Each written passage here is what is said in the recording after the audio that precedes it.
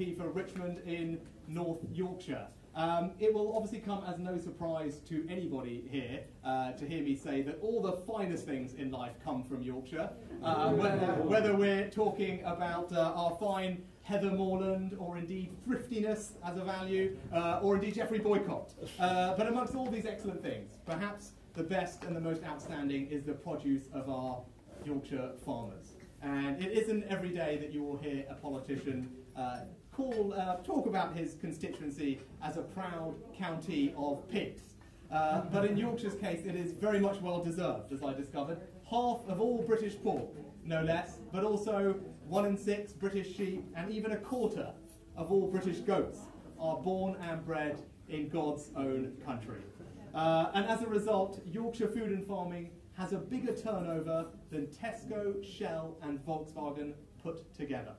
It's an extraordinary statistic. If Yorkshire farming was one company, it would be Europe's largest.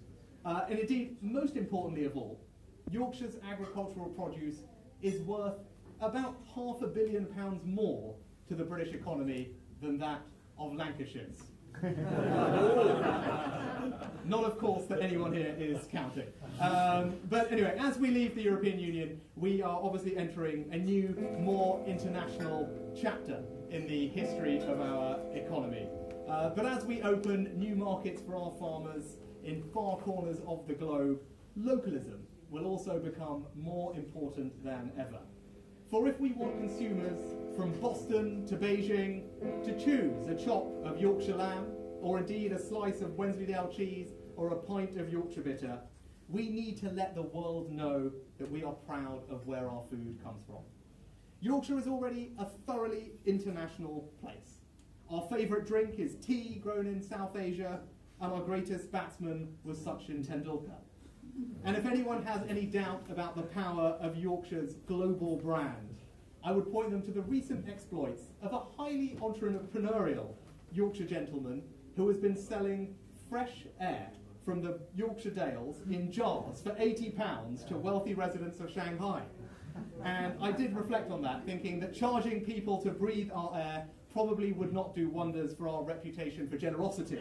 But it did just go to show how much purchase the Yorkshire brand has around the world. But of course, to capitalise on all this fantastic potential, the government needs to do its bit as well.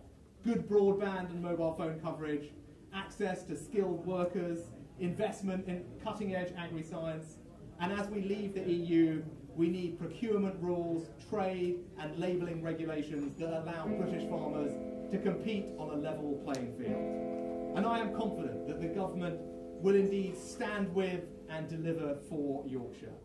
But in conclusion, as it may come as no surprise, I'm enormously proud to be a Yorkshire MP, representing the country's finest food and farming enterprises.